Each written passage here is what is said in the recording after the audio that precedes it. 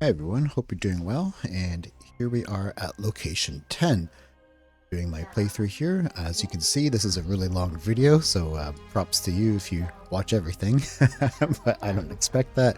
Feel free to skip ahead to the mission that you're interested in watching, or however it is that you want to do this, of course. Um, Someone had suggested in a previous video of mine that when I do location 10, that I videotape all of my attempts, like 3 stars, 2 stars, whatever it might be, failures. So this time around, it's just going to be the entire playthrough rather than me kind of cherry picking the videos that are, have the best results or whatever. So this is all my first attempts on all of these missions. So a couple of them, I think about 3 or 4 later on, there are quite a few attempts as I try to fine-tune teams, pick the right teams, and all that kind of stuff. Because of that, I wasn't quite sure if I was going to arrange the missions in sequential order or in the order that I did them. But given how this is just like a playthrough, this time around I'm just arranging missions as I did them. So this is the entire playthrough for everything. So that being said, I'll try and kind of narrate as we go along here my thoughts and feelings on how I felt, new bosses, changes, and how things went, as well as a couple of questions that I've received and just didn't really get back to from people. Not that I get a whole lot of them, but I have a few of them there. That being said, please feel free to enjoy and skip ahead to wherever you want.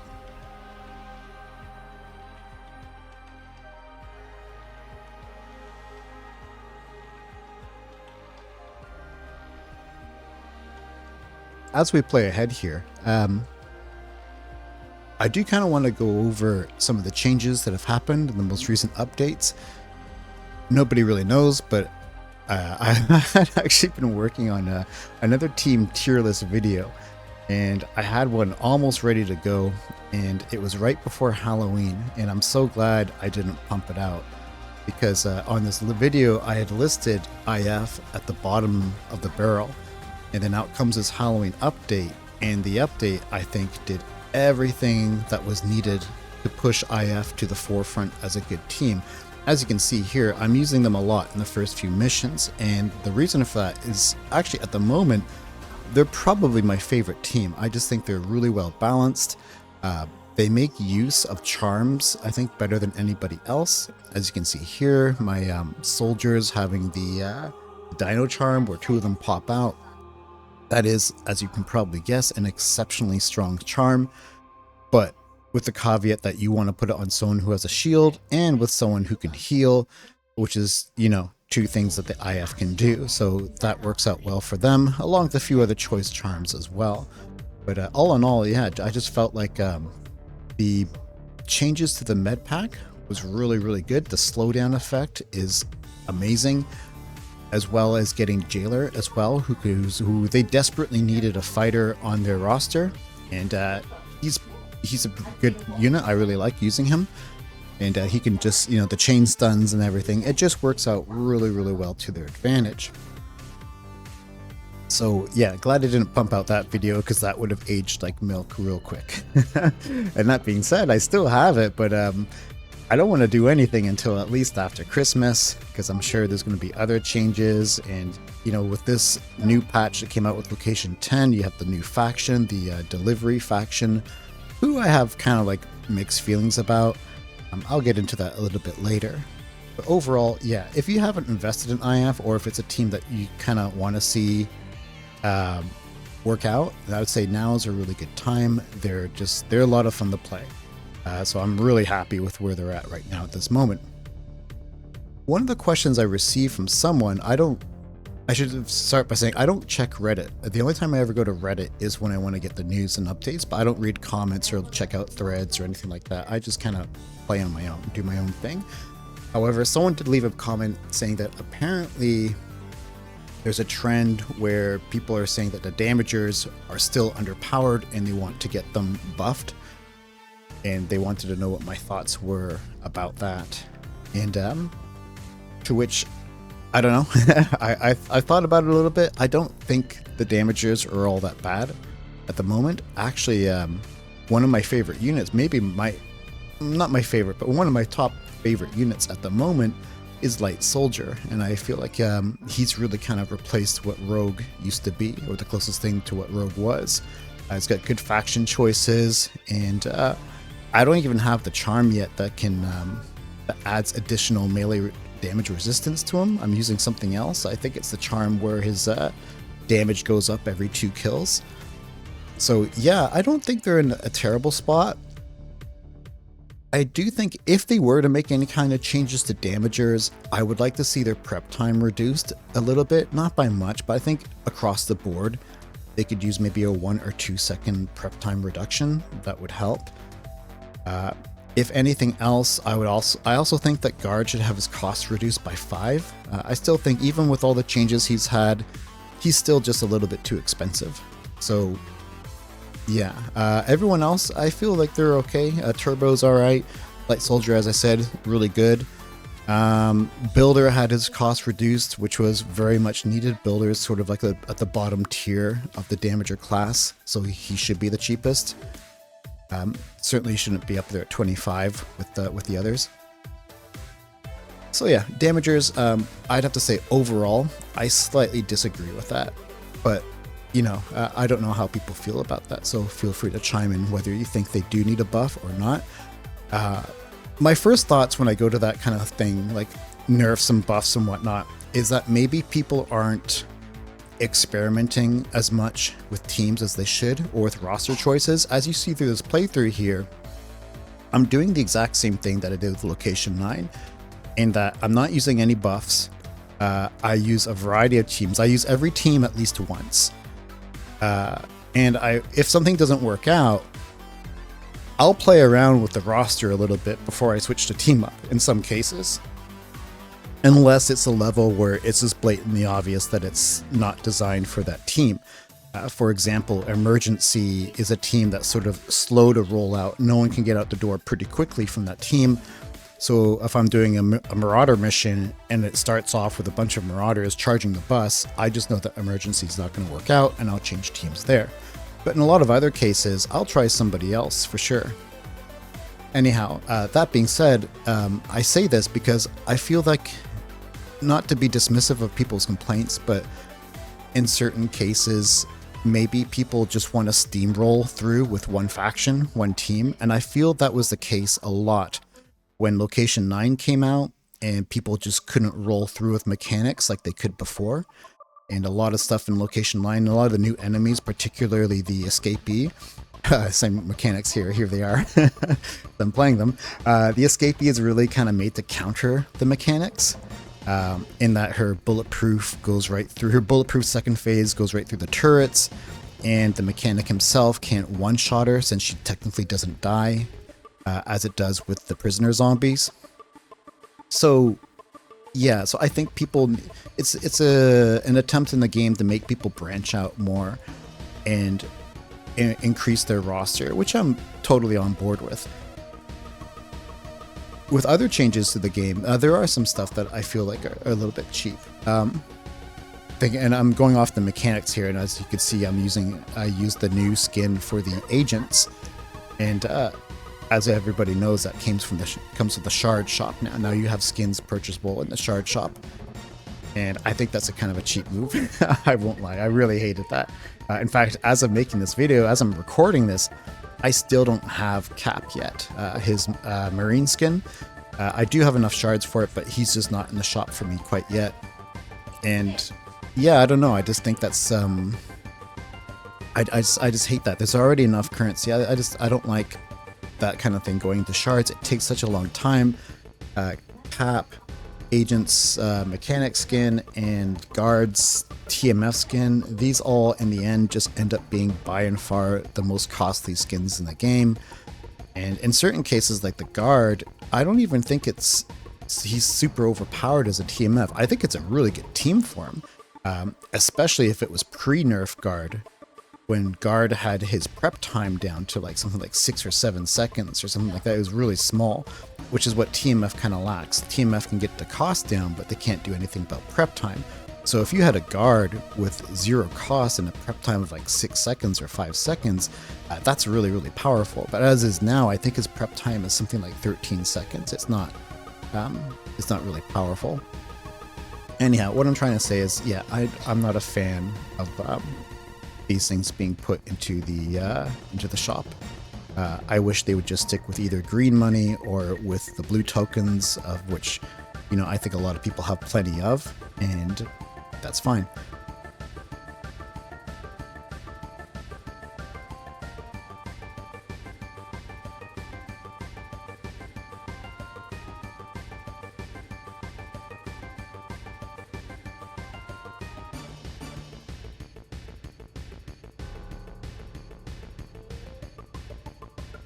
Another change that they did that I think people have been complaining about, or I did read a post from them about it, is the changes to the demon zombie.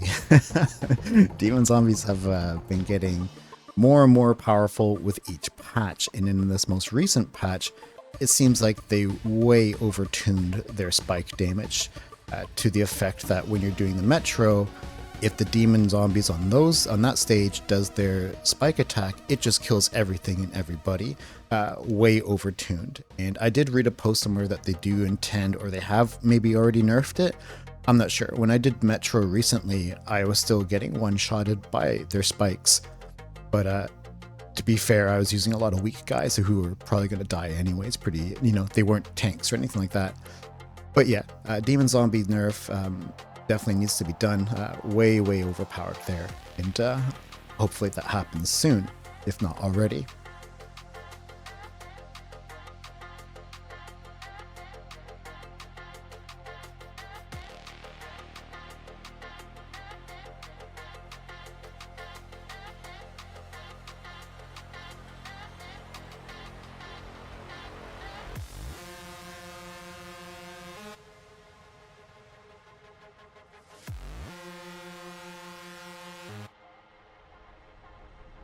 Seeing here, doing the Marauder missions, there's a stage later on, I'll point it out again when we get there, but there's a part later with the new Marauder, the one that does like the buff for their own units. I like that guy, it was pretty interesting. What I didn't realize was just how powerful he makes the Lubber units. I know the Lubbers are resistant now to everything, and I think they said they're going to nerf that as well. They think they overtuned his melee resistance, which I honestly, when I did this playthrough, I didn't find that much difficulty with the Lubbers. I don't think they were too bad.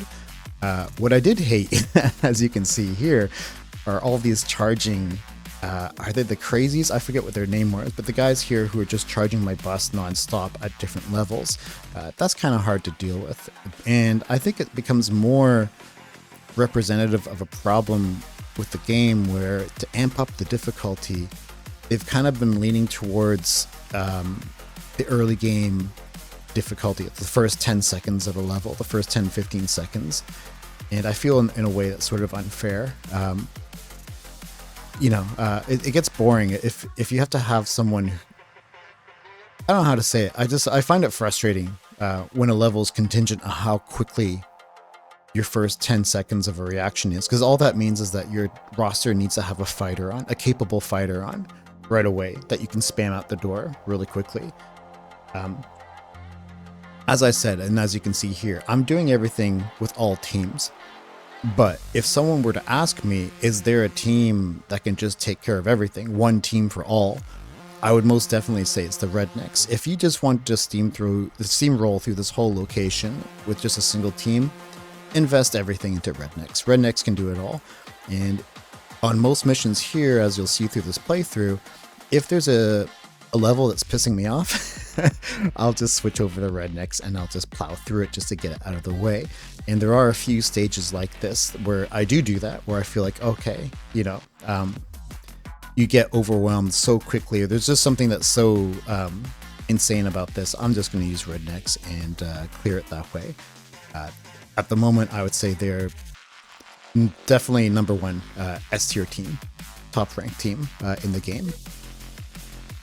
Mechanics still really good.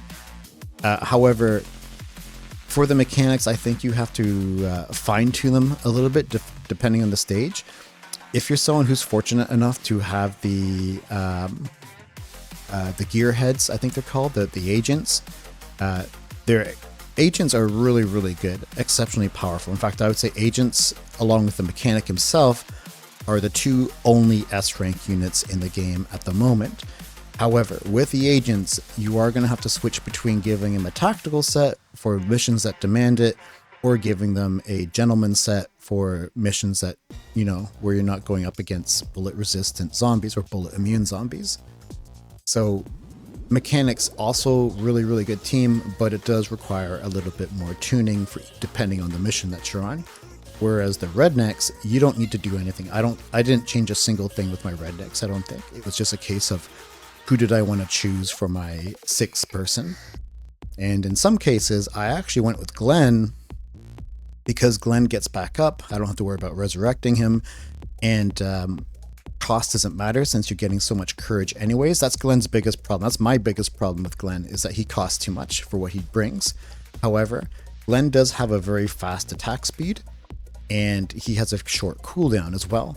And the second thing is kind of what I really like having for the last unit on a Rednecks team, is just any unit that I can just spam out the door really quickly. It doesn't matter if it costs rage or courage.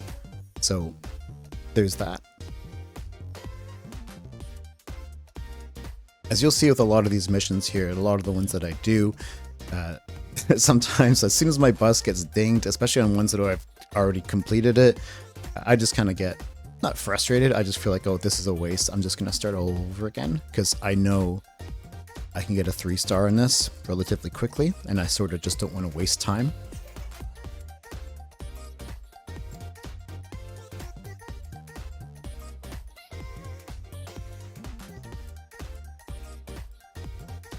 Charlotte, I think I've sort of sold her short. I think in my last, or my only video where I ranked the units, I put Charlotte below Polina. And if I had to do it again, or if I did do it again, at this point, I think Polina has largely become obsolete. In fact, over this whole location, I don't use her very much.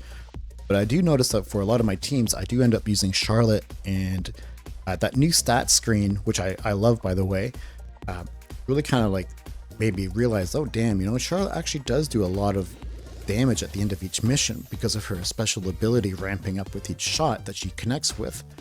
Also, as you can see here, I use the charm that gives the shield. It's the legendary charm, which I also really like for Charlotte, especially against those zombies that, I forget what they're called. They're new ones, though. They have the giant leg, and they spit themselves at you, and it ricochets off of 4 people, and it usually ends up killing the last person. However, if the last person is your sniper, and they have that shield up, it won't kill them, and that's a big deal for me. So I like using that charm. Sometimes a bit of defense on your back-end snipers is a really good thing.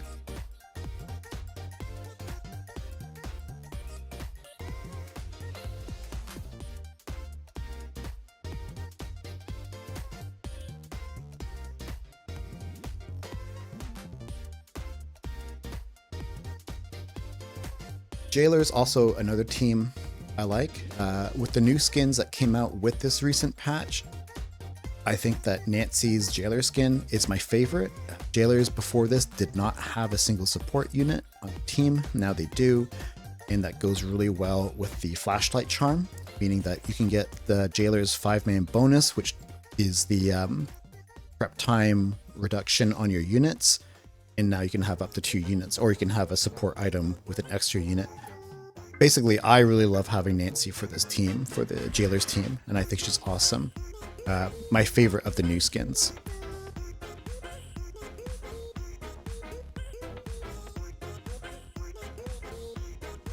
Patriots here, that you can see me playing here, also another really, really good team. And when I was doing my my team ranking video, my more updated one, I actually put Patriots close to the top. I think I put them second only to Rednecks. I really like using the Patriots, and even though I had a little bit of difficulty here and there using them on location 10, I think overall I just didn't feel like using them that much, and I wanted to switch over to somebody else. However, Patriots, if you like them, they're a really good team, and they have a really good roster to choose from now if you have everybody. and they clear everything quite well. Really good guys to get invested in, especially now that they actually have people who can use fire damage, which in my last video that ranked teams at the time, they didn't have anyone who used fire damage, making them pretty useless. There, as you can see, the new delivery team.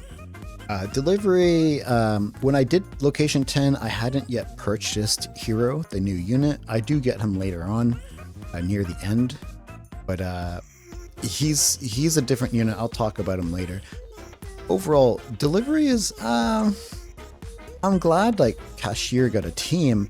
I'm just not sure. I'm not huge on them, and I think the reason why is I don't like team perks that are based off of a chance. That's my issue with them. So the whole thing of having a, what's their team perk of having a 25% chance to not take damage. I don't like that perk. I don't like anything that has a chance on it, because everything is just RNG based. I would rather just get a guaranteed something's going to happen, or, you know, 50% reduction to this or that, or whatever it is. So that's just me, and I think that's why I don't like them. Also, I don't think some people don't quite fit on the team. Cashier is good. I'm glad he's on that team. The real star when I'm playing through this is easily Chopper. Chopper does really well in this team, and the perks fit him quite nicely. Glenn is sort of the weak link on that team. And then, well, I guess Hero, when I did get him, he's good. He's really good in his own rights. He's just not a great fit for that team, though. But the only good thing about it is the 3-man bonus of when they're attacking the same unit, they get that damage buff. That's pretty nice. Other than that, though, Hero has such amazing range that he's not going to get hit anyways. He's got better range than anyone else in the game, and he's a shooter. So, you know, so it's kind of useless for him having the 2-man perk with him. So overall, he's a really nice unit, but yeah, I just don't think he's a good fit for the delivery faction. Which, by the way, I won't lie, I'm a little bit dismayed that they came out with yet another faction before they've come out with a 5th-man perk for the prisoners faction. I'm really looking forward to seeing, you know, having them complete that. I suspect prisoners will get their final unit come Christmas in a few weeks.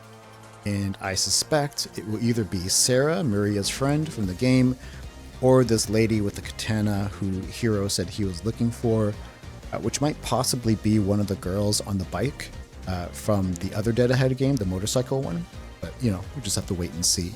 Either way, if they do come out with yet another unit for Christmas, that'll be great, and I'll be really happy for it. If that unit is a prisoners faction team member, I'll be really happy. And that will probably be my highlight of the year. At the moment, as some people could probably guess, I would say my favorite thing this year that they've added in is the Patriot skin for Queen. I've wanted that for a long time, and Queen has not disappointed me. She's been a staple on a lot of my team setups.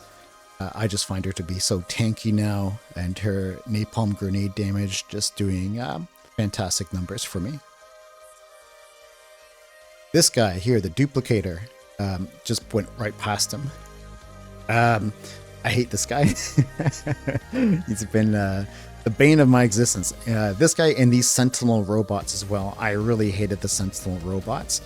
However, fighting these Sentinel robots made me kind of realize that the mechanics have changed a little bit. Where Location 9 and Location 8-2 was very much anti-ranged. A lot of zombies like the insectoids and the escapees were geared towards killing off your ranged units. I feel Location 9 with the Sentinel robots and duplicators are sort of geared more towards taking out your melee units, which might be why earlier someone mentioned that damagers just weren't putting out enough value, which would make sense. So as you can see here, you know, I mean, when you have a whole bunch of demon zombies like this is just sort of goes against everything. However, as someone did point out, a good piece of advice is the demon zombies will not do their AoE spike attack if there's someone in melee range. Instead, they'll opt to always attack them with melee damage first before they do. They only do their spike attack when there's no one to hit. You can see I just got my ass kicked there. and I'm going to try it again. I love Patriots. I do think they're a team that can work. I didn't realize when I was making this at the time that the Sentinel robots explode, setting your melee units on fire when they die. I wasn't really paying attention to that, but it ticks for a lot of damage, and since they're also resistant to everything, I think ranged and melee resistance, I just find them to be such a hassle to deal with.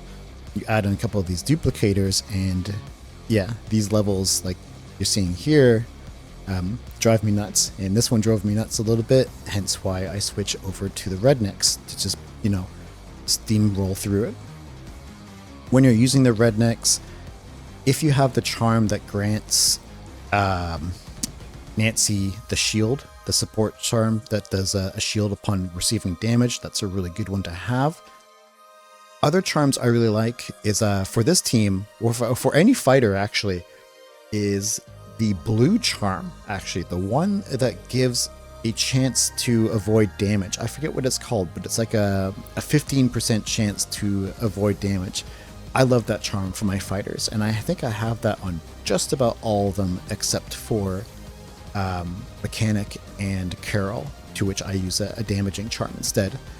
But cheap spammable fighters like Rodriguez and Redneck, they do well with a bit of defense. And I would say if you're struggling with levels and they're just, you know, dying too quick, or you just find they're just getting flattened out too easily, switch your sets. I know the default set for those characters is usually a boss set, but you should have a backup carbon set as well. Anything that kind of makes them a little more sticky on the field will do wonders, especially for Rednecks, where they get the proc chance to drop bonus courage points for getting damaged and dying. It just helps a lot more. That's also the set I think I use for Light Soldier as well, which, as you can see here, he does a pretty good job sticking around. So when someone says that they feel that damagers aren't doing enough, again, I would say, well, you know, maybe try a different set on it. And some people can be, I feel maybe, you know, maybe I'm wrong, but I feel some people can be really stubborn about wanting to change up the gear on their characters. And in some characters, you know, it's not going to work. For example, Mechanic, he's always going to use a gentleman set. But somebody like Soldier or Turbo or Builder or another fighter, Damager, and they could do well with Carbon or something else like Hitman or anything else that's going to give them better survivability. Not Hitman, Gambling, sorry. So experiment with the items. It's not always the unit. Sometimes it's the team composition, sometimes it's the items. I feel people, if they're not experimenting enough, maybe they need to do it a little bit more.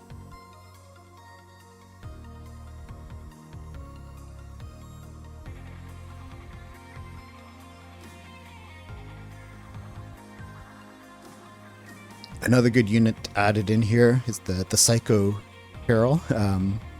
Thursday, whatever it was. I really like her. As you can see, she really shines on these levels that kind of spit people out pretty early. Another really good faction to go with is the Psychos team. Not quite as good as Rednecks, but Psychos still a really good team, and I had a lot of fun using them on this location. I think the combination of a fighter with a heavyweight, which they have, is an excellent combination.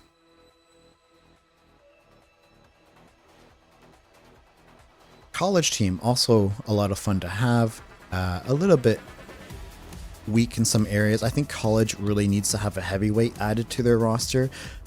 And I say that hesitantly because these teams that spit out free units after a condition has been met, in their case after killing 5 people, I really hate the fact that, you know, it's such a gamble, because maybe you get someone who's not on your roster and they come out as level 0, thereby completely making that perk useless.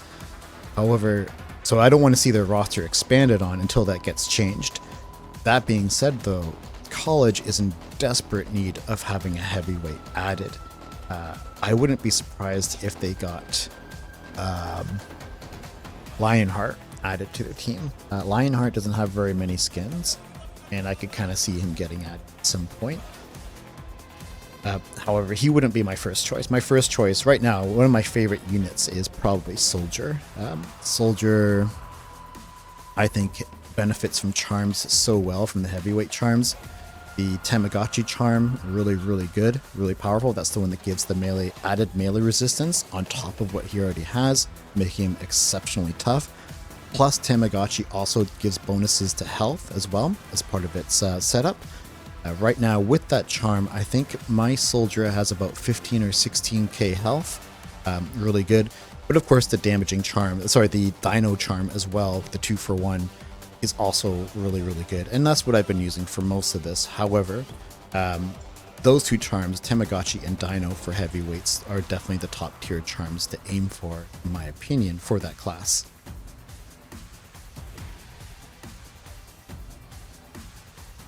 The stats page, again, as I said, a lot of fun to have. I love this new stats page. I'm not sure if I pop it up here. No, I do later on in some missions. I do wish, though, that it would separate damage done and damage to the barricade done. Because I think that is kind of important. I want to know who did the most amount of damage to units and who did the most amount of damage to the barricade. And I say that because on some of these missions where I'm using the Psychos, I know Saw is going to go through that barricade really quickly and easily. However, I kind of want to know the differences between him and Berserker against enemy units. I want to see who's doing more, because I'm kind of curious of that, because there are times where I think Berserker does more damage, but there are times where I feel like it's neck and neck as well, at least with my setup.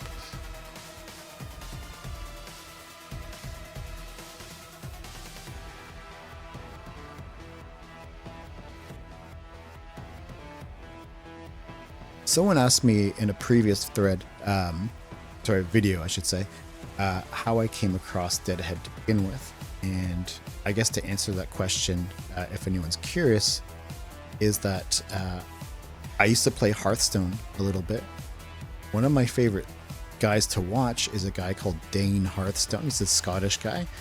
He's really funny, and he's an amazing player too. I really always wished that his Hearthstone career would take off more than it was, because he was very entertaining and he was exceptional at what he did.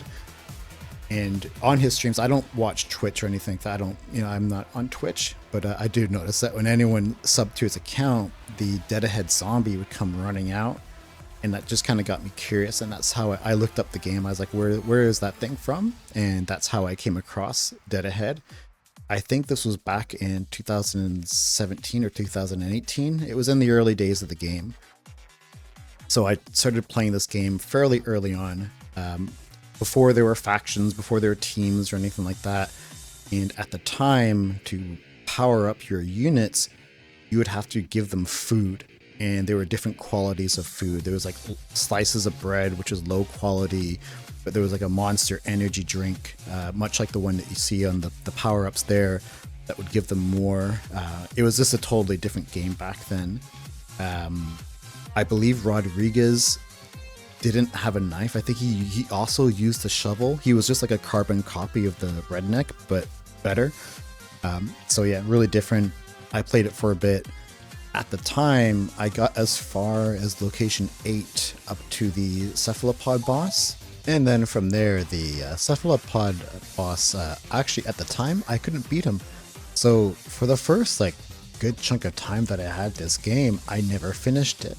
And I tried all sorts of strategies. At the time, the big strategy was to drop a nitro tank on him right before he was going to do his laser fire.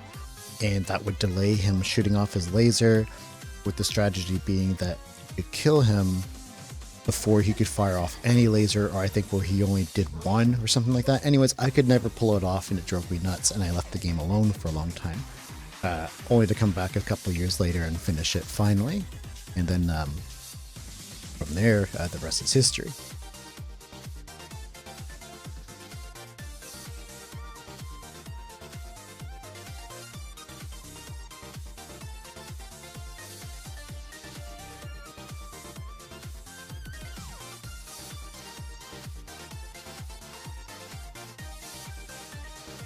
Someone else had asked me what I thought about charms overall. I do like charms. I think they're a cool addition to the game. I like the little perks and bonuses that they give you. I don't necessarily think they've made you stronger. I hate to say it. They have made people stronger.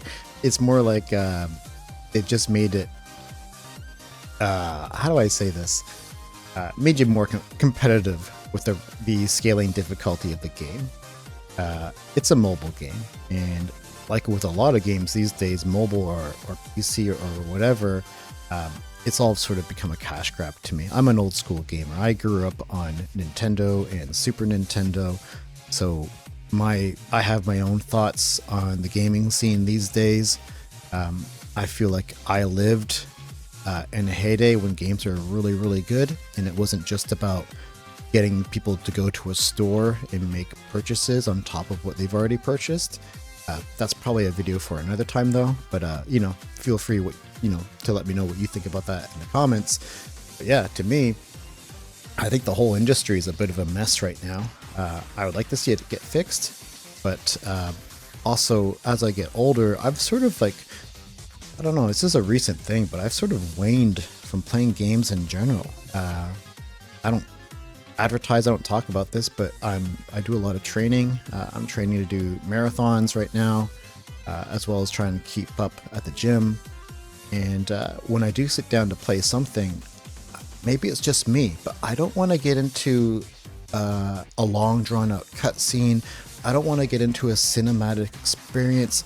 I just want to get right into a game and start playing right away. I don't want to do any of this kind of story mission thing. And I feel like games these days have really fallen prey to that. Somebody recommended me that I play, what is it called? Where the Winds Meet.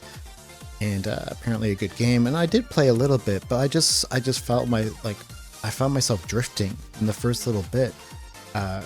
Whereas playing some other stuff, one of my favorite games to play on PC is Aliens Fireteam Elite. And I love that game. And I think partly because you can just get right into playing a mission right away, real quick, which is also another draw for me to playing this game. I don't have to watch something. I don't have to go through a storyline. There's not excessive load times or anything like that. I could just start playing right away. And that's just what I want.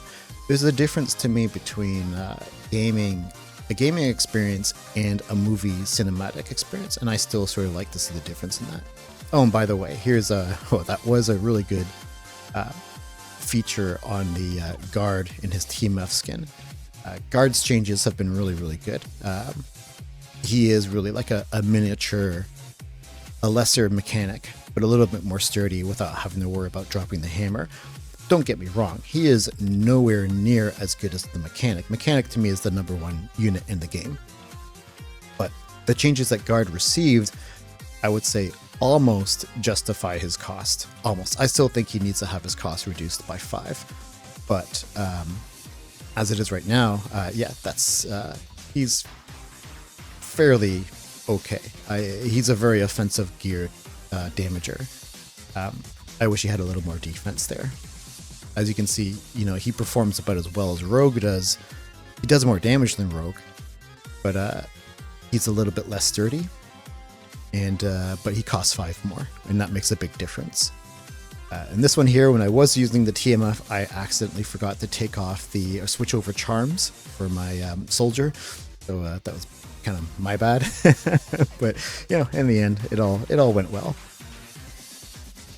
TMF is a team I feel has fallen by the wayside. I think in my ranking video, I put them down as a D tier team. I don't think they're exceptionally powerful. Their team perks are just so RNG based, especially the 3-man perk, which only happens once per playthrough, per mission. Really weak, given that their roster keeps growing, giving you, as I've said previously, a greater chance of just spitting out a level 0. They did well on the times that I used them here, but overall, I don't think they're as good as, not nearly as good as they used to be. They used to be like a really, really good team to have, and now they're just slow, clunky. I don't even think they're good in PvP. I see them a lot in skirmish, and honestly, if you can, don't go down that avenue. I don't think I've ever lost to a TMF team. Even my PvP skirmish college team beats out TMF. And the reason for that, I think, is because they're slow. all the TMF members move slow. They sort of, it feels like they act independently of each other. And whoever you get from that 3-man perk, maybe it's someone really good, like a SWAT on PvP. Maybe it's someone who's just trashed, like a cap or a flamethrower who's level 0 or something like that and just dies right away. So there's a lot of, they're very gimmicky. They were much better when their 2-man perk gave them 100% chance to resist explosions. Yeah, overall, I don't know. I'm not big on them. I would say that the 3 teams right now, as of right now, I'm not big on. I think really need fixing would be TMF. Really any team that spits out free members, that needs to be fixed. But TMF, definitely. And Scientists, probably the worst team in the game right now. And in this playthrough, I think I only used them 2 or 3 times, not very much. And I won't lie, I winced when I had to. And I thought, all right, well, it's time for me to start, doing a couple missions with Scientists. Scientists just blow. And what do I say? Military as well. Military needs fixing. They just need a better early game, I think. I don't know. I think they just need a reworking. Of course, military, amazing for PvP. They are the -- go-to PvP team. That hasn't changed. But yeah, the fact that they rely on the Spec Ops, which is a great perk, by the way. But I just feel the military just is something lacking with their frontline fighters. Glenn's not very good at holding the line. Goes down on story missions. He doesn't get back up for like another 9-10 seconds. That's a long time to be face down in the dirt. And Grenadier, Grenadier. I don't think he's very good. His grenades do squat for damage at these locations. By this point in the game, his grenade's not doing anything. His grenade needs to be reworked, where it does a percentage of the damage, like what Medpack does. So he's not super great. And Bombardier, which is a Juggernaut. I like Juggernaut, but I don't know. I can't get him to work very well for military. So yeah, I can't really say what else it is. Anyways, military, not a top team for me. Not the worst though when I was playing with them on these missions though. They weren't as stressful as I thought they'd be. These ones here with the delivery team, I decided, since I only had 3 members to fill up the last roster, to me it was a sort of a no-brainer. I think the Southerners 2-man bonus is the best one in the game. Maybe close up with the Police's 2-man bonus if you have access to, it's not access if you're using a lot of ranged units. But yeah, Southerners, a really, really good team, good addition. I really like using them as well. Charlotte's Misfortune skin taken from Dota 2. Misfortune, really good. I like how they kind of pay homage to some of these other games and pop culture characters. It's really fun to see. However, as you can see here, they're not working out for me. So I figure, again, I love IF, so I just figured I'd try them out. If you're on location 8 or location 9 and you haven't made it this far yet, you probably have. I mean, you're watching this video after all. But if you do redo those playthroughs, go with a melee heavy oriented team. Those locations were built for melee fighters, and they're very much anti-ranged. And I think IF is a faction that is really good with its combination of light soldier, and enforcer, which is Jailer's new skin. Awesome combination, the highlight. And I think that's why I like IF as much as I do, even though I'm still struggling with it here. I'm struggling to make them work, but I do like playing them.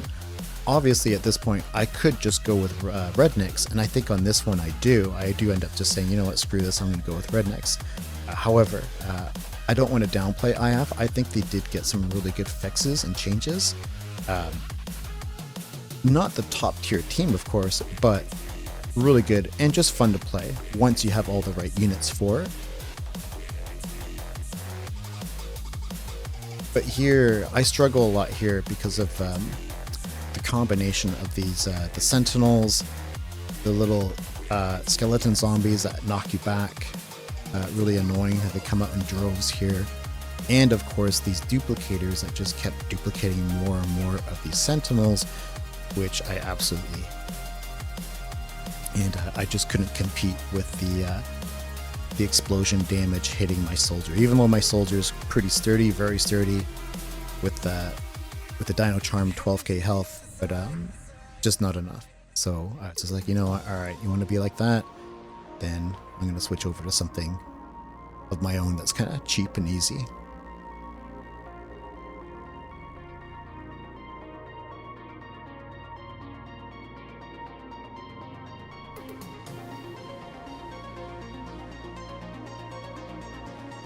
At this point, I sort of knew I was going to get overwhelmed. As soon as I saw 4 duplicators on the field, I knew it was over. It's like, okay. Yeah. Like I said, if you just want to plow, face roll through the entire location, go with Rednecks.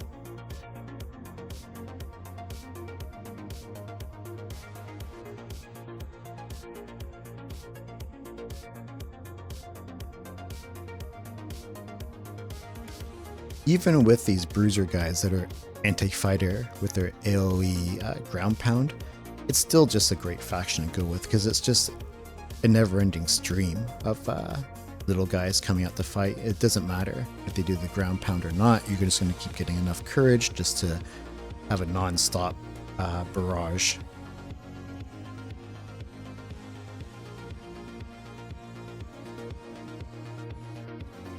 Wild Carlos and Charlotte also really nice backup support with ranged.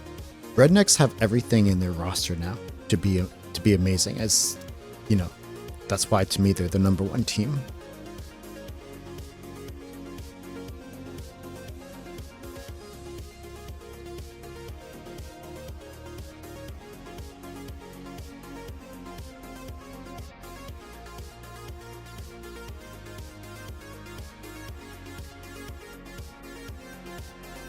When charms first came out, I had no idea how they worked or how it was going to work. And I ended up with, I had a lot of money at the time, green money that is, a lot of points and everything. And so I just blew everything right at opening. And I ended up with a ton of those heavyweight Tamagotchi charms. So I think every single one of my heavyweights has the Tamagotchi charm. One of them not fully leveled up, but it's got 1 or 2 improvements to it.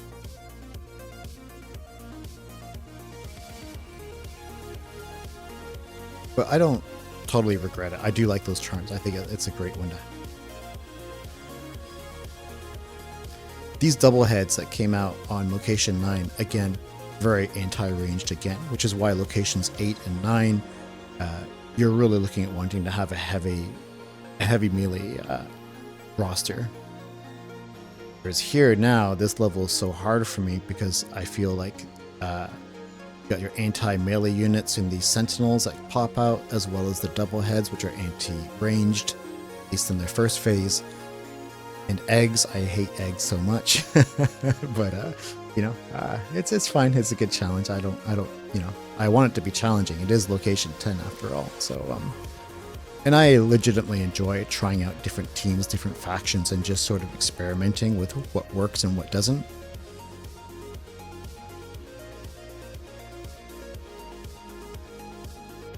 If there were a new zombie that kind of drives me nuts at the moment, I would probably say it's the guy that comes. It's these sentinels. These are probably the biggest bane. I don't like the guys that shoot themselves at you either.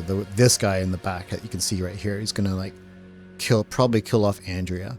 Oh no, he killed off someone else. No, there she went down too. But yeah, they're really deadly. But I completely expected to see them after doing the Endless Bridge. I just saw them there and I thought, okay, this is going to be the next big thing coming up in the new location. So it wasn't that much of a surprise.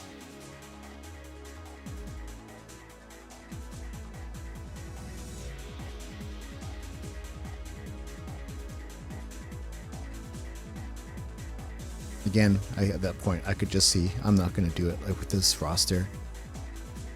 I do intend to get another team ranking video out since my first one is completely outdated. But I'm going to wait until after Christmas to do it, because usually with the way that this game works, there's a big long break in releases between Christmas, and usually nothing doesn't come out again until March or April, sometimes May. I think this year they didn't have anything for about 4 or 5 months, which is fine to me, because that just gives me it gives anything I put out in terms of a video, a ranking video, a little more longevity. But I still get people who go to my old videos and they'll complain and they'll say, "Oh, bro, how can you rank this guy so low?" And I don't reply, but I feel like, well, you know, at the time he was kind of low. Now he's doing really well, but back then he kind of sucked. And other times I feel like, no, my opinion hasn't changed. I get people who defend, oddly enough, Builder gets a lot of defense from people. Not a lot, but it's had some defense, people defending him. And I feel like Builder is still the bottom tier unit in the game to me.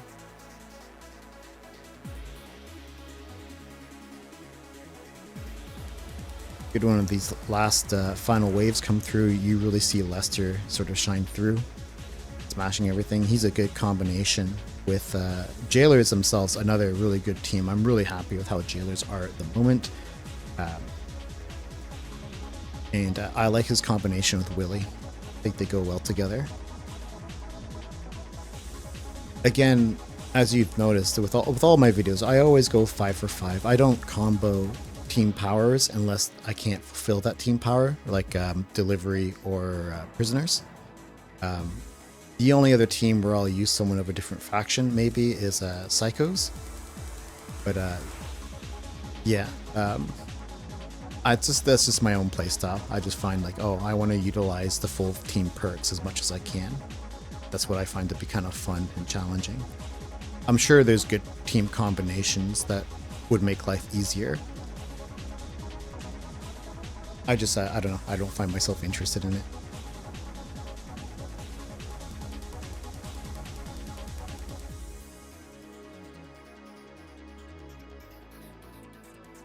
Opting here to go back to Patriots.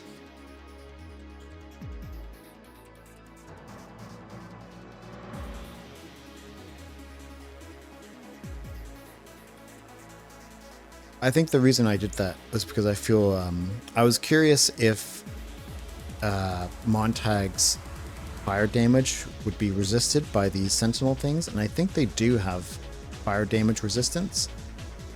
I'm not sure. I might be wrong on that, but I think they do. I was curious how susceptible they are to fire.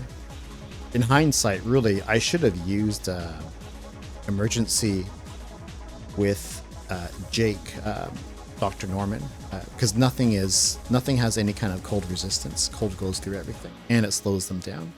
So a good thing to try, maybe I'll try it later, is to go with an emergency team and use a nitro tank as a support unit, and I'll use the nitro tank to drop on my soldiers, the technician Boscos, to put them out of fire once these sentinels explode, and hopefully Jake's cold damage slows them down enough that they don't do enough DPS to my melee units.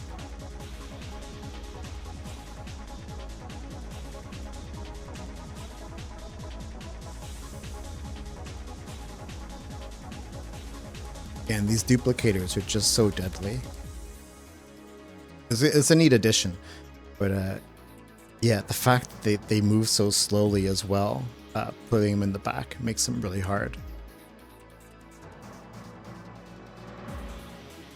And as you can see, once more, I was just like, you know what, screw it, I'm gonna go with Rednecks. And even then, that's not enough. Rednecks, as much as I tout them for being awesome, a great team, the #1 team, and they are to me, they are still RNG dependent. If you don't get a courage drop on these first couple of deaths, then it's pretty much useless. So it might require restarting the mission 1 or 2 times.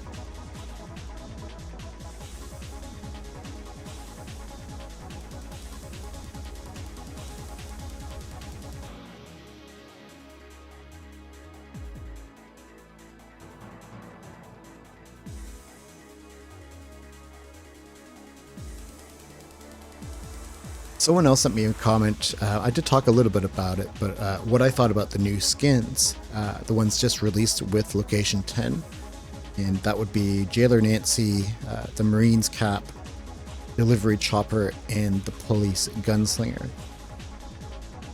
As I said, I think Jailer Nancy is the best one of the bunch. I think she's really, really good. However, they're all pretty good. I don't know about Cap yet. I don't have him, but I think they're all good additions. I would also say don't overlook the Police Gunslinger as well. I've had some good times using him too, simply because he's fairly mediocre, but he's so cheap as well. So he's good in that respect. So he's good at helping you get the Police's 3-man bonus out. And once the rage kicks in, his damage gets to a pretty acceptable level as well. So he's another good skin to get into. However, of the new batch, well, it's hard to say. I think Delivery Chopper does the most for that faction. If Delivery is a faction that you're interested in, Chopper is really, really good for that. However, overall, Jailer Nancy is my favorite of the bunch this time around.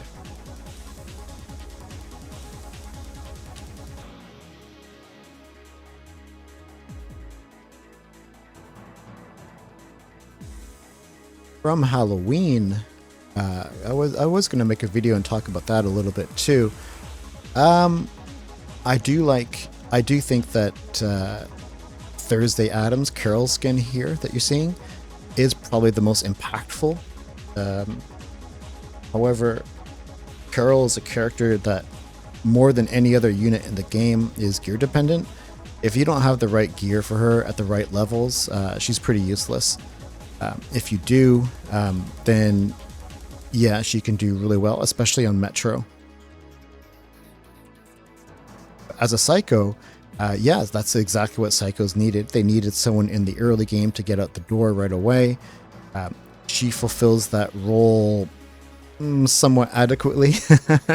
Depends on who comes out, who you're facing off against. Her Bane, obviously, are tough, sturdy zombies. She does great against Marauders. She does great against weak zombies, even in numerous and high numbers. But if it's someone like this, Doublehead, or someone who moves kind of quickly towards the bus, she's not the greatest one to use.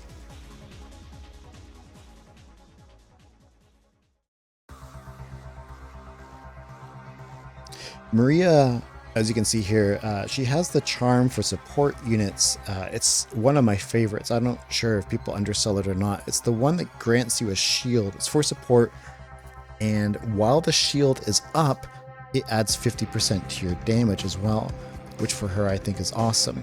There's a couple of other support characters it does really well for as well. Overall, just a really powerful charm to have.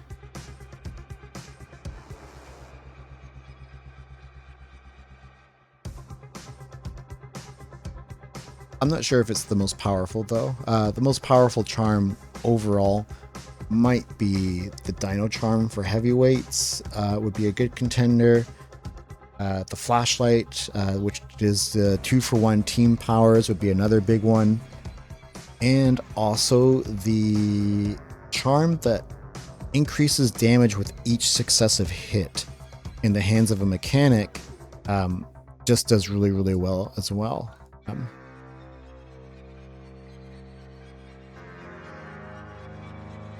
Farms have been fun overall, but they're definitely a cash grab as well. As everybody knows, I'm sure.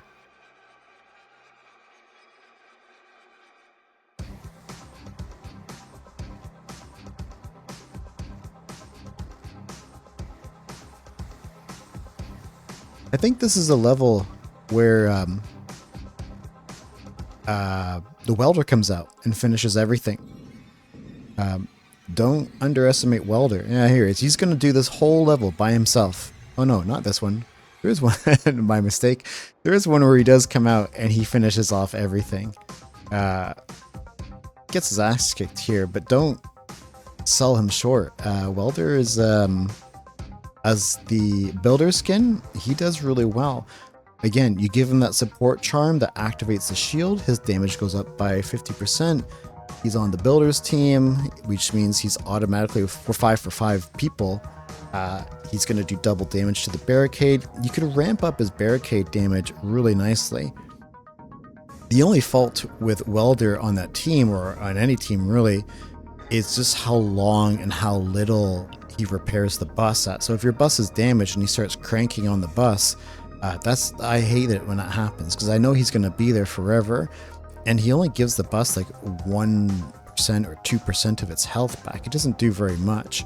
So that's kind of annoying. When you send him out, you just want him to get to the barricade right away. I don't want him to start putting shields on support items or repairing the bus. Just get to that barricade and get to work. However, he is good in that, he can be a sleeper hit. I'll just say that. Place, another good faction. I didn't use them as much as maybe I should have. No, that's not true. Actually, I did use them quite a bit in this location. Again, I was really happy with how the new gunslinger skin worked out. Just real easy to get 3 people out on the field along with the agents.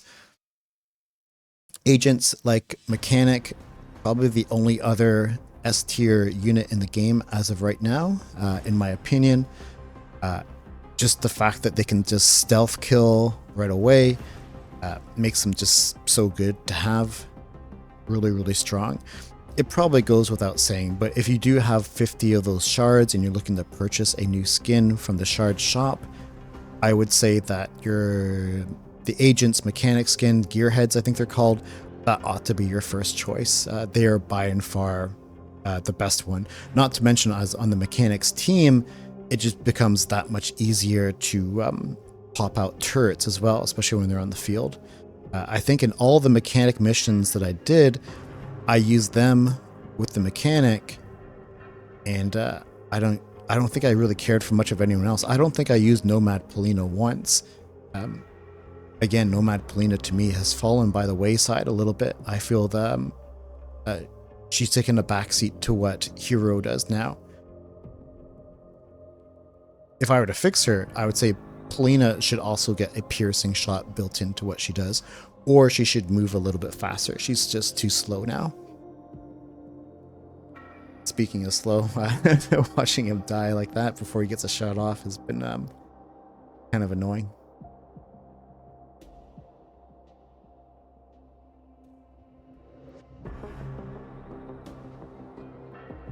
The wintertime aesthetics for this location is probably my favorite. I don't know. I'd say it's a toss-up between this location and location 5 in terms of its straight-up appearance. I really like the winter look, and I love the missions that have the snowstorm effect going as well. Just really cool. Just something awesome about zombie apocalypse movies that utilize different seasons. Trying to remember what one did that really well. I think it was 28 Days Later. I forget, but there've been a couple of them. And if you're a big fan of zombie movies and and the like, World War Z, the book, not the movie, but the book, is really good. And I love the part where they talk about what happens in places like Canada, frozen north, where people kind of migrate to, because the cold and the frost would slow zombies down to the effect that people could kill them more easily and just survive. I like thinking about those kinds of things when it comes to these apocalyptic scenarios. And in my opinion, the snowstorm effect should have something similar to the zombies here. Wouldn't the frost and the snow slow down their joints and their muscles and all that and make them a little bit more easier, or maybe more susceptible to bullet damage? I don't know. But yeah, all that kind of stuff really interests me.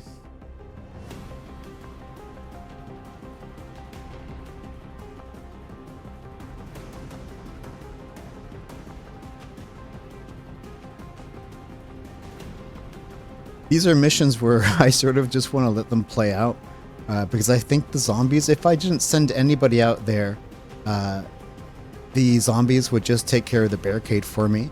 So if you get that chance on these Marauder missions, and they are got the hands full with some of these bruisers coming back to attack them, yeah, I should have just let them be and reaped in the benefits. I don't know why. I guess I'm just a little bit too trigger happy here.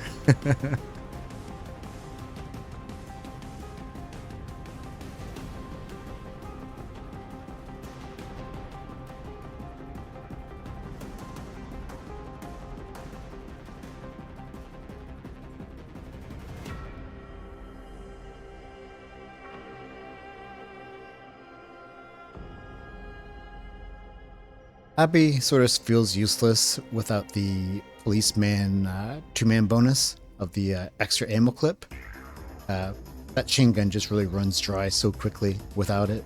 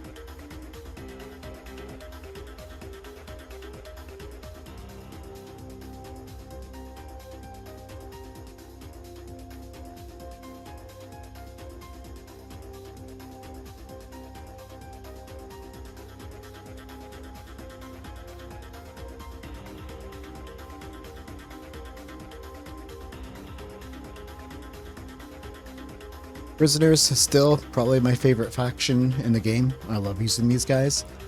Although, with the way I have my jailer set up right now, I do feel like he, in all his skins, he's kind of slow to turn. He's a bit sluggish. I do like using him, and he's great with this faction, but yeah, he's not very good at engaging fast zombies. His main weakness, besides his slow crit swing,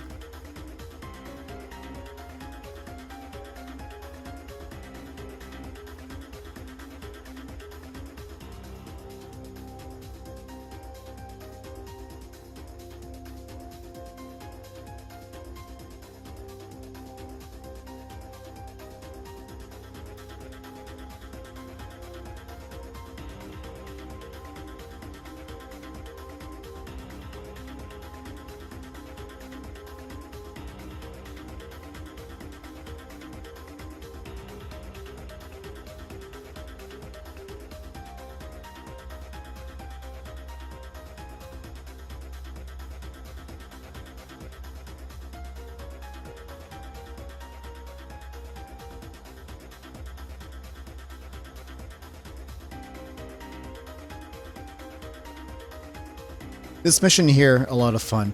I liked it. Just the hordes of all these lubbers coming out. As I said previously, I think there is a post saying that they are going to nerf the lubber. So if it's an enemy that you really hate, don't worry too much about it. I think they're nerfing the level of melee resistance that they gave it. I mean, Lubber is immune to everything except fire now. Not immune, but he's resistant to both ranged and melee.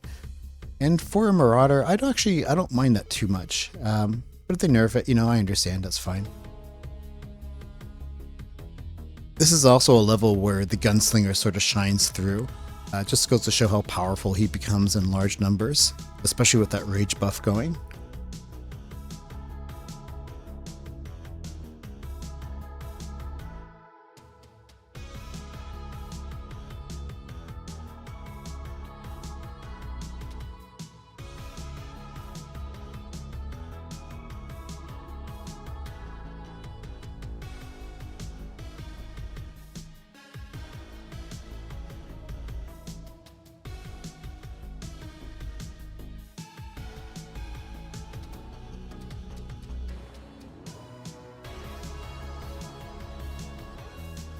At this point, I'm trying to decide who haven't I used yet for a team. The builders. And I think this is the level where my welder carries me through to the end of the level. He takes down the barricade by himself.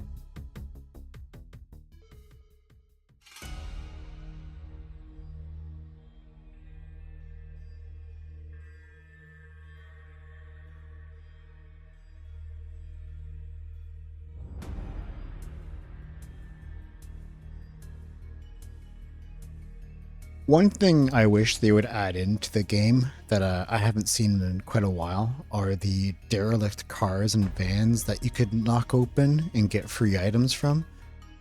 What happened with that? I wish they would put that back in the game, because that was a lot of fun, getting these like vans that would sometimes pop open when you tap on them with an item and sometimes a zombie.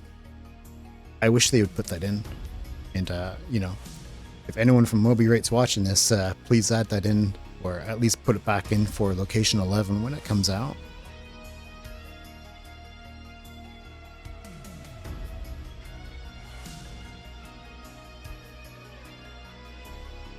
In fact, I think it'd be really cool if they came out with a set that could only be acquired through other means, like a means other than doing supply runs or the shop or anything like that. Something where you could pop it open from crates or from empty vehicles or something like that. It'd be a neat secret to have. It wouldn't even have to be like an overpowered set or anything. Maybe just something fun or interesting, or better yet, maybe like a non-team skin, like a Christmas sweater or something like that. Easter eggs like that I really like to see in games.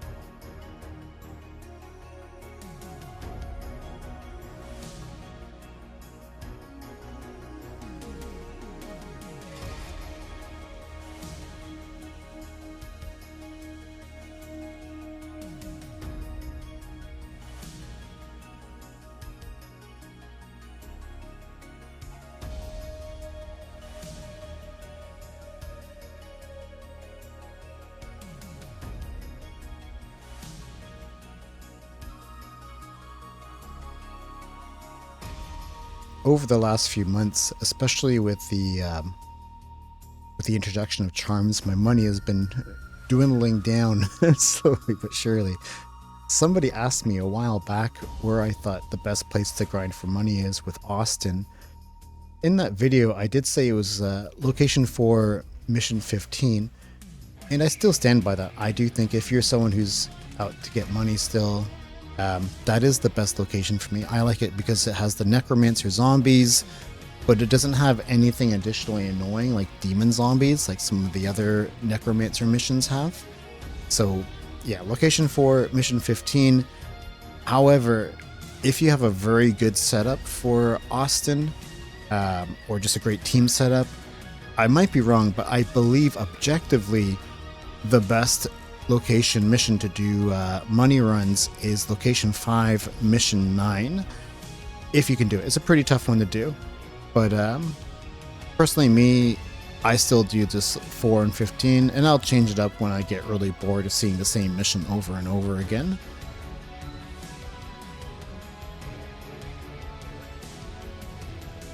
I do like where they're going with the story with this, and I'm glad that they're adding more cutscenes and story missions. This was a pretty neat cutscene here, because for the longest time I just assumed that the Marauders were just all one big happy family, like one big faction. But it seems like it's just several splintered groups of survivors who are also maybe infected as well. Either way, cool cutscene to have.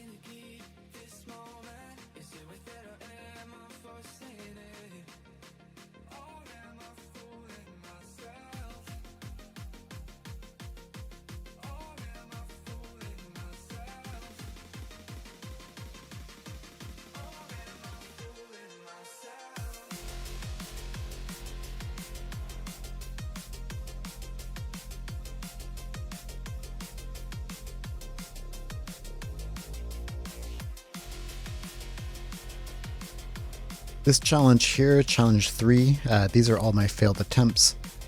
I do come back to this location later on, I think just before doing the last mission to finish it off. But yeah, it's a pity because I know I came fairly close to doing it with this builders here just by pure luck. This is a pretty hard challenge.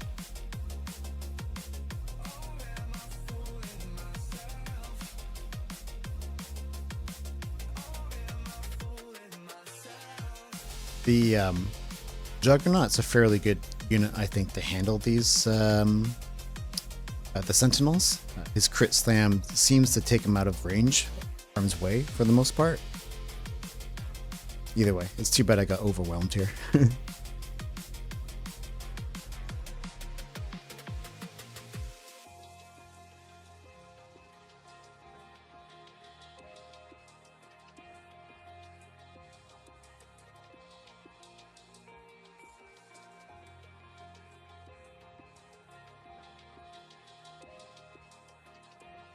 Again, just kind of testament to how, you know, gimmicky, chancy these perks are, where you get a free unit to come out of the bus. Like here, you can see I had Abby come out, but since she's not on my roster here, damage is really much just all for nothing. Had I had someone on my roster, like a light soldier or a Juggernaut come out of the bus, this mission could have gone really differently. That's why when I rank these teams, and later on I will, when I do things like builders, college, TMF, and anyone else, even emergency as well, since that's their 5-man bonus, I never really give them top points because that perk, it's just so iffy. And if you don't get the right person to come out, well, really, it's just useless. So, and it's a bit of a point of frustration for me, which is why I've brought it up a few times. I just get so frustrated when I see, oh, this guy's coming out, he's not going to do anything. It's just a total waste. And that's their big, you know, that's their big thing. That's the 3-man perk should be powerful perk. So yeah, it's just kind of a waste.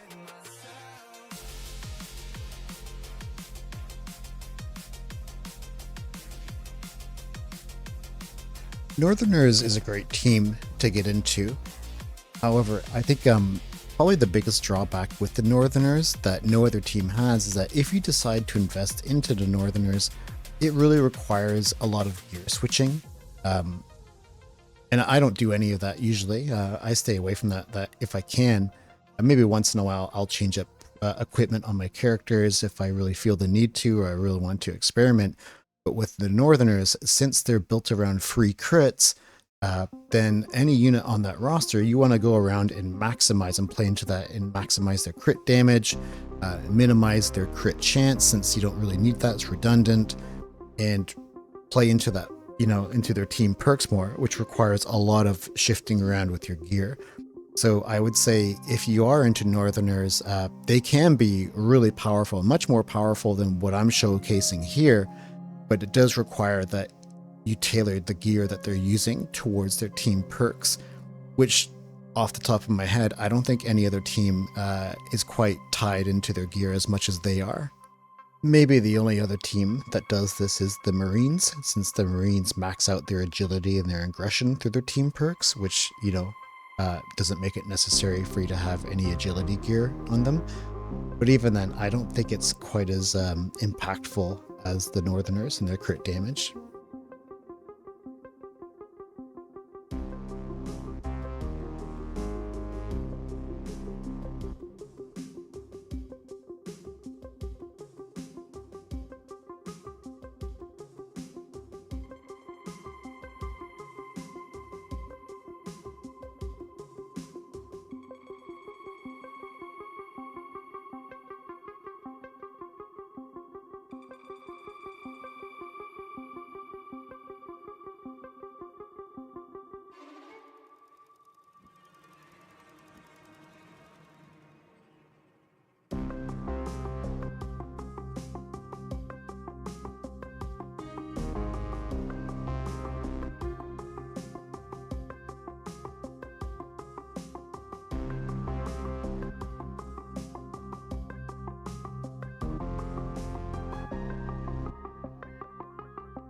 Again here, this buff that the new Marauder zombie does, really deadly.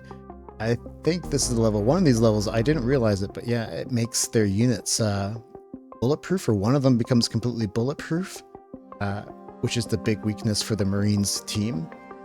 Marines is a great team to get into, but they're very much reliant on bullet damage, I find.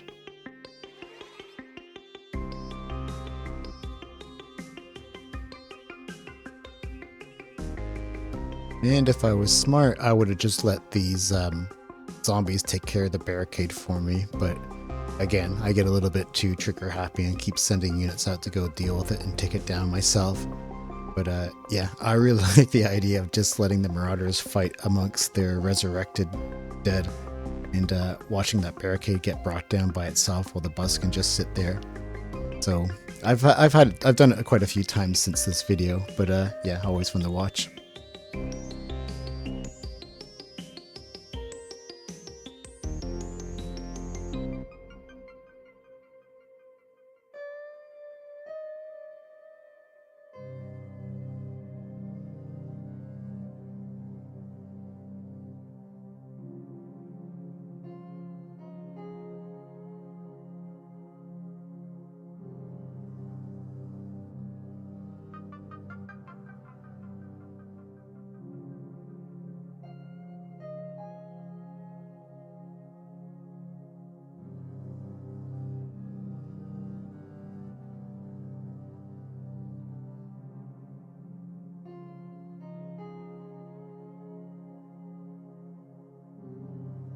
There it is. That was the moment when I saw Charlotte's bullets just bouncing off that guy.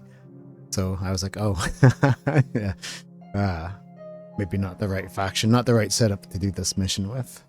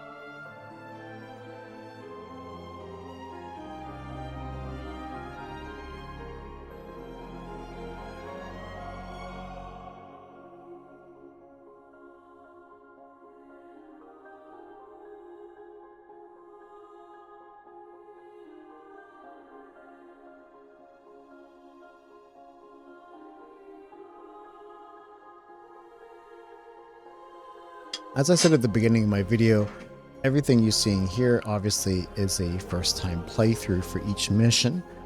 The only mission where it was not a first playthrough is the last one. Sadly, the first time I did mission number 67, I think it's 67, the final mission, the boss mission of the location, that's actually my second playthrough. The first time I did it, I forgot to screen record.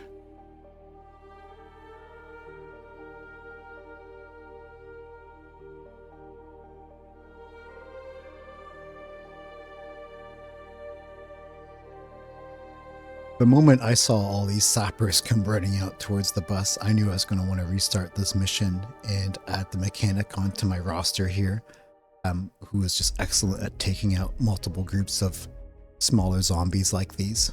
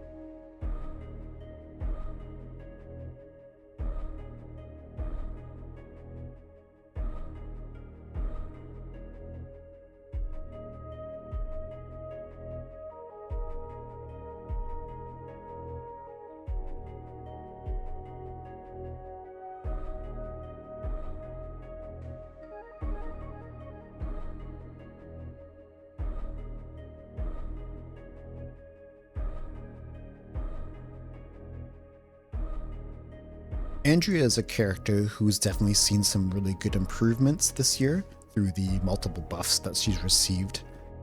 I really like using her on the college team, even though I'm using her Northerners here. But on college, her crits can be insanely high, second only to mechanics, I think, in terms of a single shot damage numbers. Really good character to get into these days. Still not top tier. She still shoots rather slow, and it's just single shot animation. Single shot targeting. But against big zombies like the cranks and whatnot, she's a really good character to use.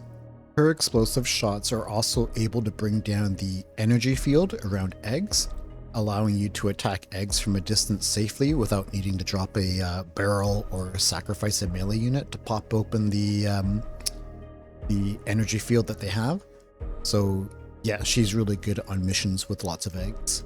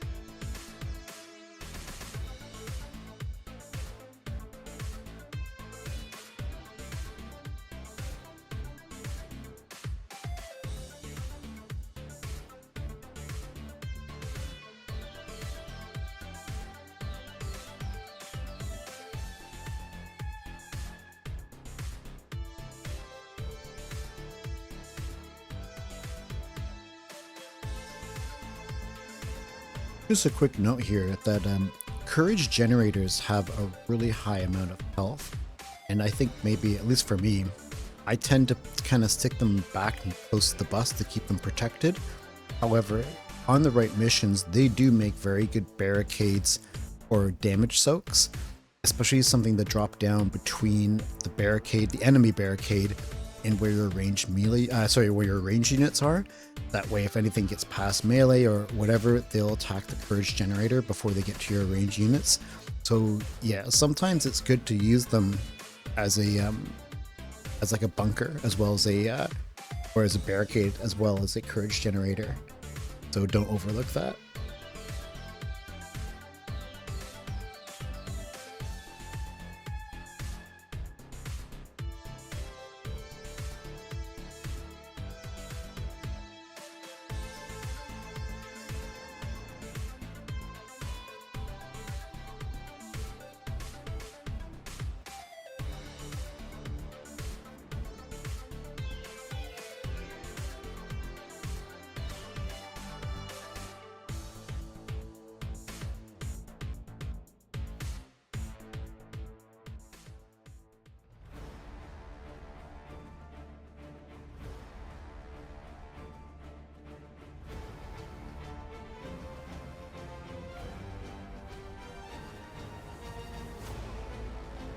The combination that you're seeing here of the agents, the mechanic, and the hillbilly is just so devastatingly powerful.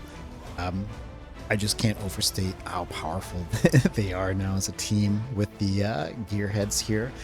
When the gearhead skin first came out, I sort of overlooked it at first. And the reason I did that was because at the time, Location 9 being the ultimate, the last location, I felt like mechanics, what they really needed was something that could deal with bullet immune zombies, like the double heads and the escapees. However, if you equip a tactical set onto your agents, then they'll be just fine. Yeah, just so powerful because they're so cheap to be able to just get him out, get a mechanic out, and even though my mechanic here doesn't have very much in the way of cost reduction, you can still see just how effective they work together. And then, the turret drops that are happening in the meantime, it's not even necessary. It just becomes icing on the cake, sort of like a backup plan in case anyone does get by a mechanic or a hillbilly, it'll get taken care of.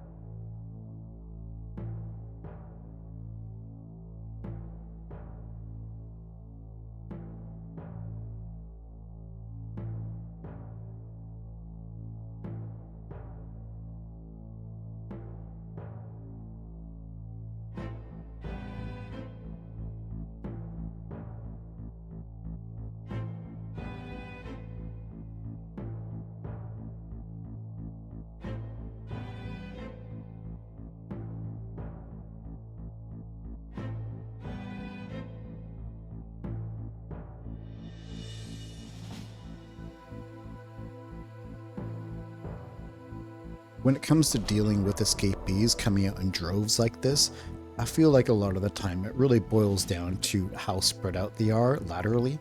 If they're both on each end, like, one's way up top and the other's way down at the bottom, you're going to have a real hard time dealing with them without allowing one to hit the bus. But if they're along similar running paths, then it becomes a lot easier to knock them all out. So I guess what I'm saying is sometimes it just really comes down to whether or not you have to restart the mission and hope that they both come at you within a relative short distance from each other.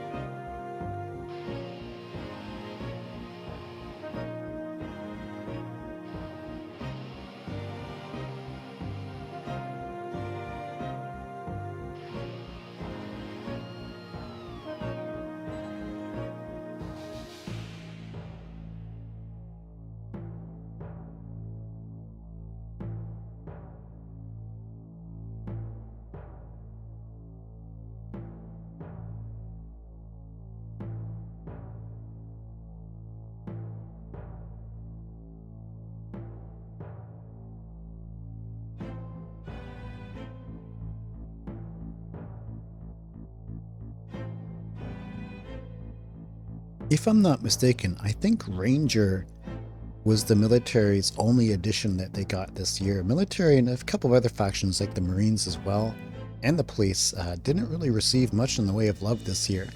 The police didn't really need it. Police is in a really good spot as a team. And military, I guess they have to be really careful about who they add to the team since they're the top team for PvP. You don't want to make them too broken. But Ranger has been fantastic, and I think he's made a really good difference there.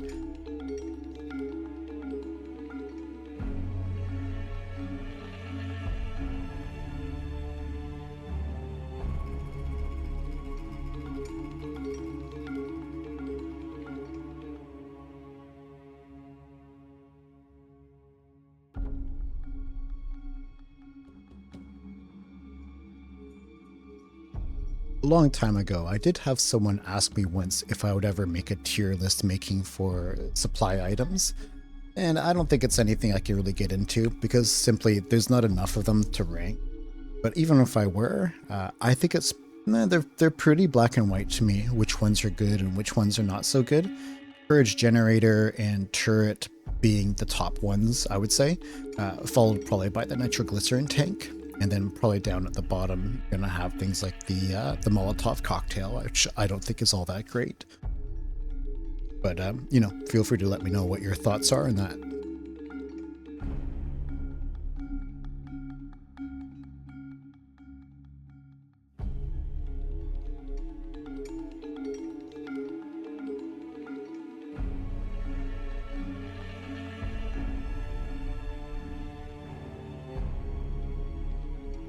The AI in Medic is still just such dog shit, and I really do look forward to the day when they give up and either make it an active ability or just do something else with it. Because as she is now, she's just so bad with her med drops and the location, the accuracy of all that. Every time I hear them say that they've made improvements to Medic's med pack drop, I don't believe it, and it's usually not the case.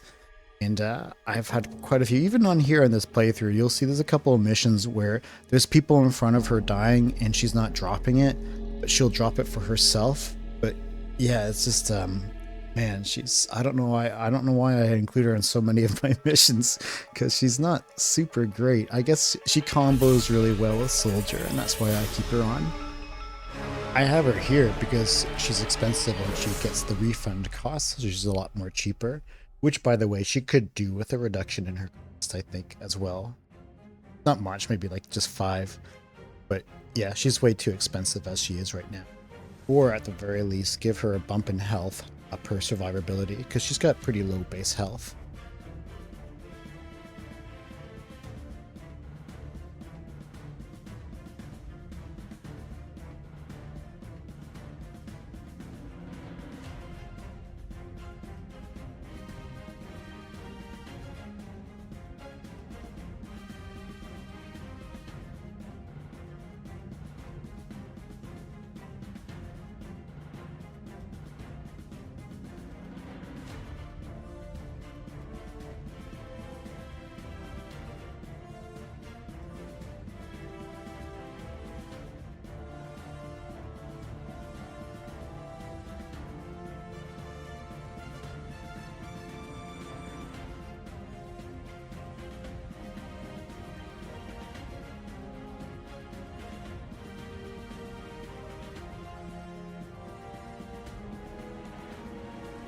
Winter Sonia, as much as I like Sonia, Sonia is definitely the weakest link on this faction. Just too bad, because I know she's actually pretty easy to get. She just costs money. There's no special unlocks, which a lot of newer characters need. However, since she only benefits from the first shot of her bullet spread for crit damage, it sort of makes her not as good as a fit for the team as other tunes are.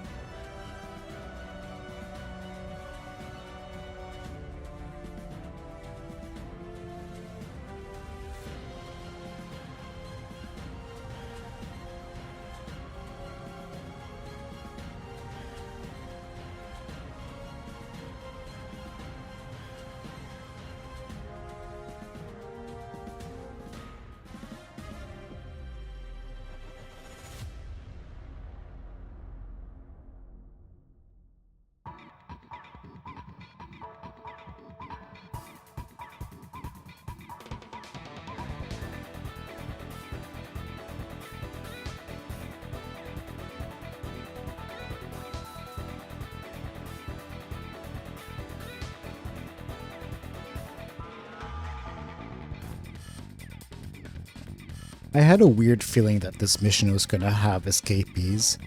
I don't know what gave me the feeling. I think it was just they've been lacking in number in this location, which is why I sent out Ranger, since my Ranger right now has a tactical set equipped on him.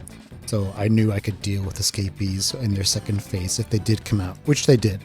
So I felt pretty good. I made the right call there.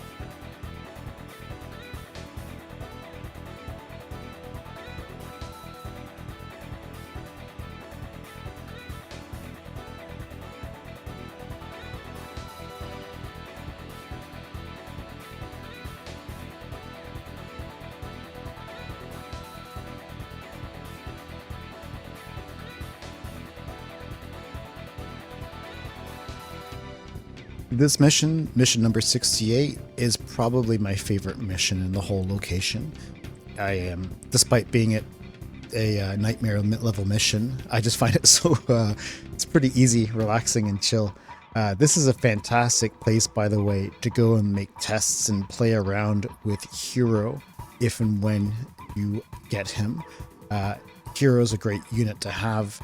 I'll get into them later, but this is a good level to kind of test out different sets and items on him, and just kind of like just get a feel for how he works, because he does play a little bit differently.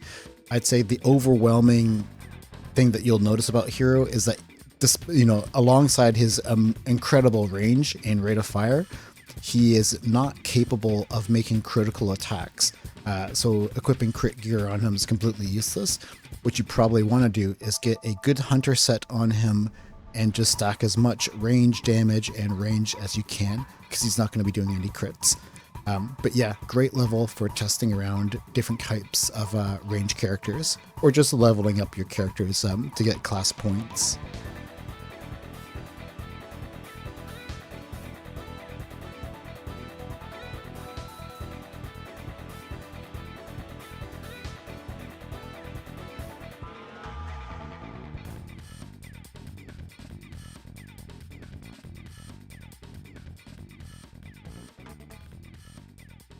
I like how in the description of the Sentinels, they say that they're weak to explosions, or something like explosions work wonders on them. I don't think the explosions really do much of anything. Certainly not the grenades, the Grenadier's grenade, or Queen's grenade from her grenade launcher, or the drone strike. The drone strike does a little bit, I guess, but really their weakness, it's not nearly enough. And yeah, I just find the drone is becoming more and more of a useless support item. So yeah, if you want to rank support items, drone's definitely way down there at the bottom as well.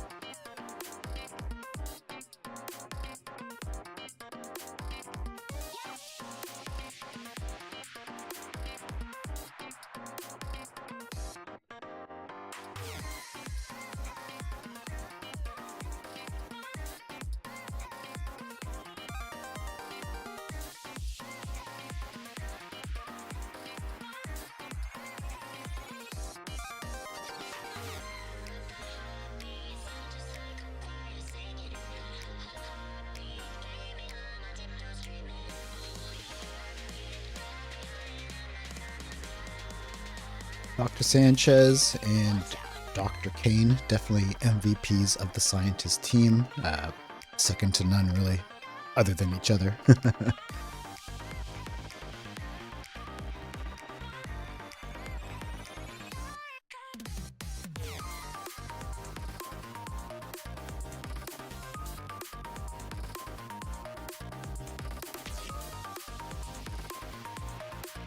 Mounty is a skin I think I overlook quite a bit, and I shouldn't. He's really good on the police team. I don't really give him his due, but yeah, if you have access to him, definitely you probably know by now, like he benefits so much from their perks, especially the 25% shield bonus, which is nice because that's sort of like the thing that he lacks compared to the other heavyweights as a shield. So yeah, Mounty really good to get into as well. Overall, I really like Chopper. I know he's not a thing for everybody, but for me, I think he's a great unit. Fantastic. Red Hood, on the other hand, is a unit, another heavyweight, who I think is almost there, but not quite. I think he's just kind of lacking something. And if you ask me, I think what he's lacking is actually range resistance. If they gave him range resistance, which the Psychos really don't have anything of outside of Juggernaut, he'd be a really good unit too. Especially the buff that he received. He's a lot faster now, and his wave damage, it's always been like fairly adequate. But yeah, I just wished he's got the poison immunity. That's great. But I just wish if he had range resistance, that'd make him awesome.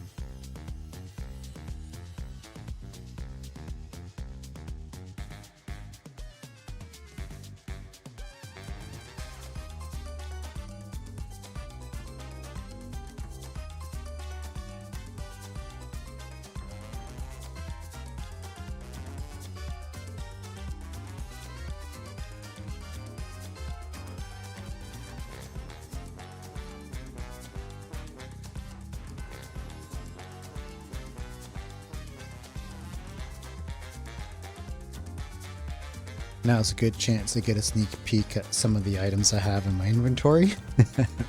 Just an FYI, I always put a star on any items where the cost reduction is down by 2. Cost reduction's always been a big stat for me. It's a big priority. And though there are instances where I'll sacrifice cost reduction for something else I find to be more necessary, like on my mechanic, still super important stat, especially on certain units like the Redneck and Rodriguez, where you want to get them to a cost as low as possible.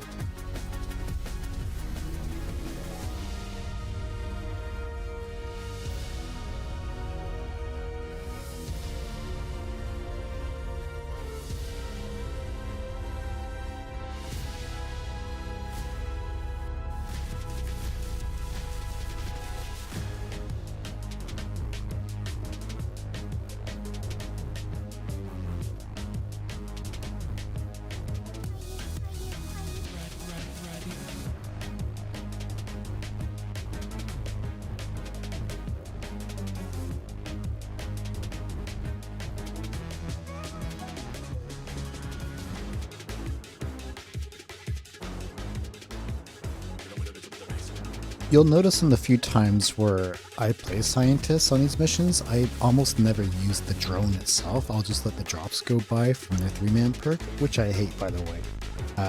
The reason for this is because I just find the drone to be so clumsy, since it does collateral damage to your own units as well. And I find it's got that homing kind of beacon thing where zombies are attracted to it. However, when the zombies are all clustered together, so too are your melee units coming in to attack those zombies. So really, I just find that there's no winning with the drone.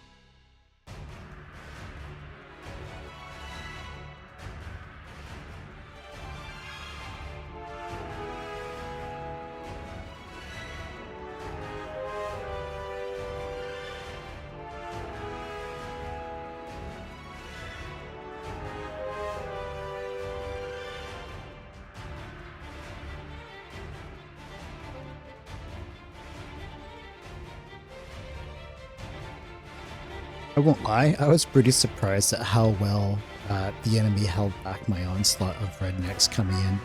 This took a lot longer than I thought it would.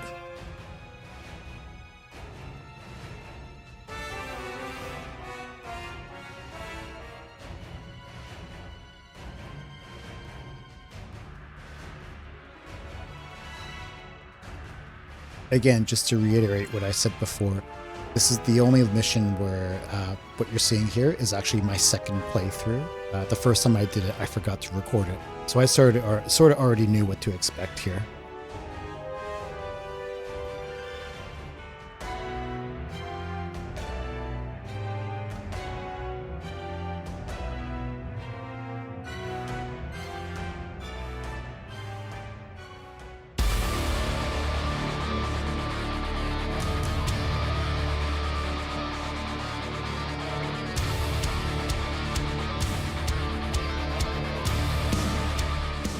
I really like the setup for this final mission of it being a bunch of sequential waves rather than just one big boss.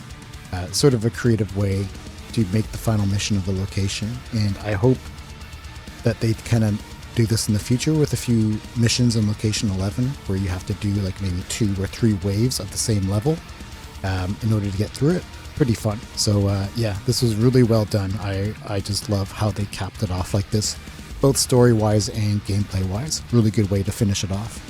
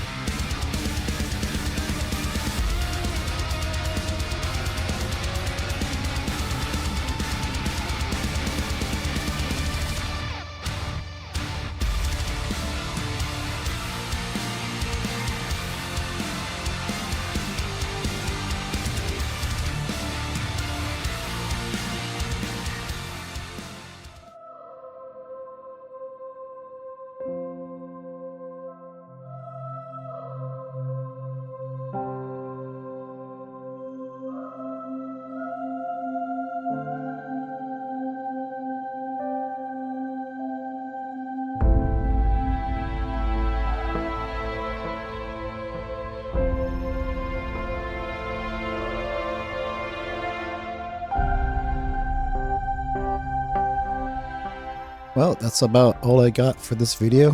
You know, it's a pretty long one, so if you watched it from start to end, thank you very much. Either way, thanks a lot for watching, and as always, I hope to see you again in the next one.